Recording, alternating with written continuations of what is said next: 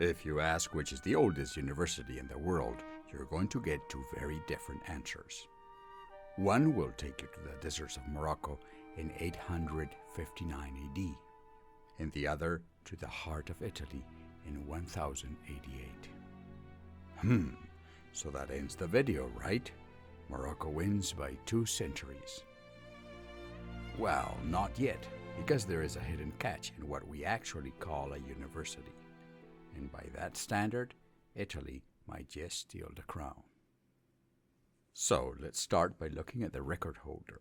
In 859 AD, a wealthy woman named Fatima Al-Farihi founded Al-Qarawiyyin in Fez, Morocco. Al-Qarawiyyin is a marvel of history and holds the Guinness World Record for being the oldest continuously operating educational institution. It has been operating continuously for over 1,100 years. That is an incredible achievement.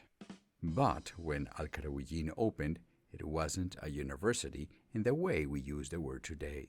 It was a madrasa. Back then, it was essentially a mosque school. Here is why it wouldn't meet modern global standards for the specific title of oldest university during its early centuries. Lack of a corporate legal identity.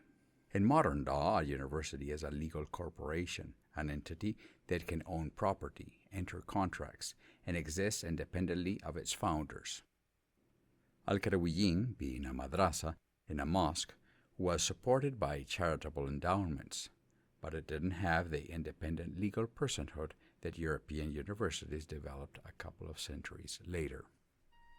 No standardized degrees. Today, a university is defined by its ability to grant specific standardized degrees, for example, bachelor's, master's, PhDs, based on a set curriculum.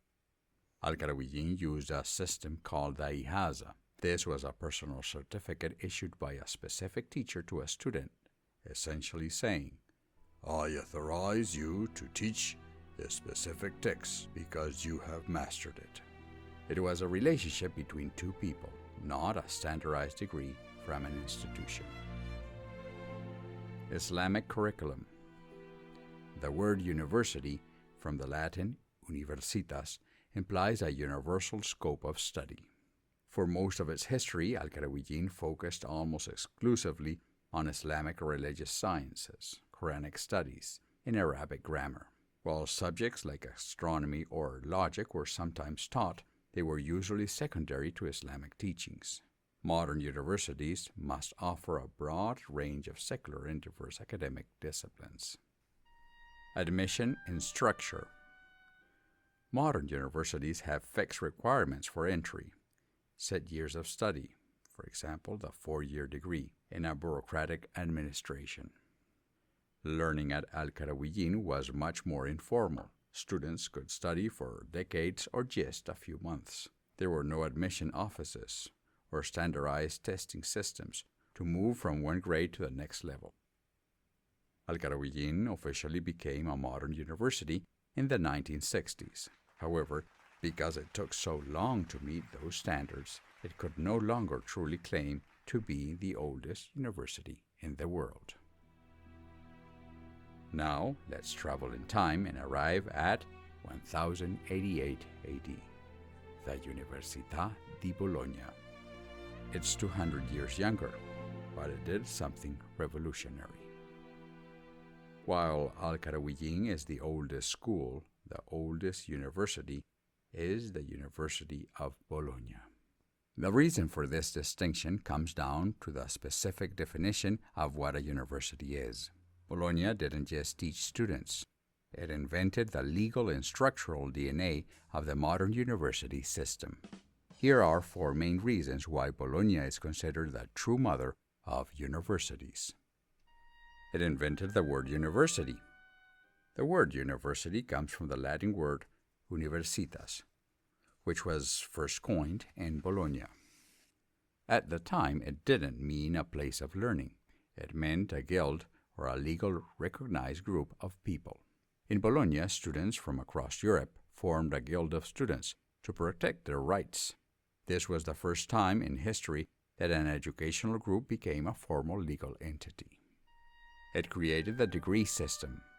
Bologna was the first institution to move away from the personal certificate, like the HAZA, and towards standardized degrees. They developed a formal process. A student studied for a set number of years, sat for a final exam before a board of doctors, and was then granted a license. This evolved into the bachelor's, master's, and doctorate degrees we use today.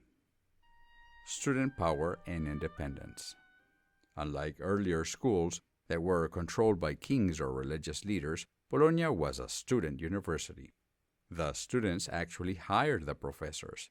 They paid the teachers' salaries and even had the power to fine professors if they started class late or didn't finish the syllabus.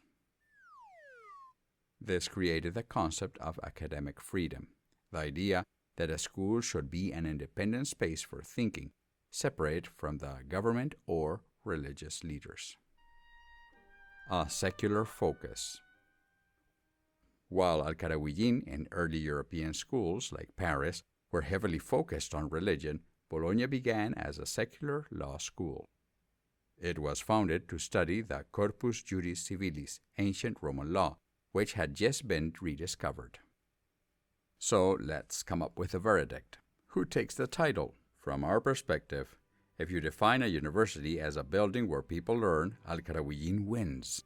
But if you defined it as a legal corporation that grants standardized degrees, Bologna is the winner. But you have the final say on this one. Sound off in the comments, especially if you believe Al-Qarawiyyin should be the winner.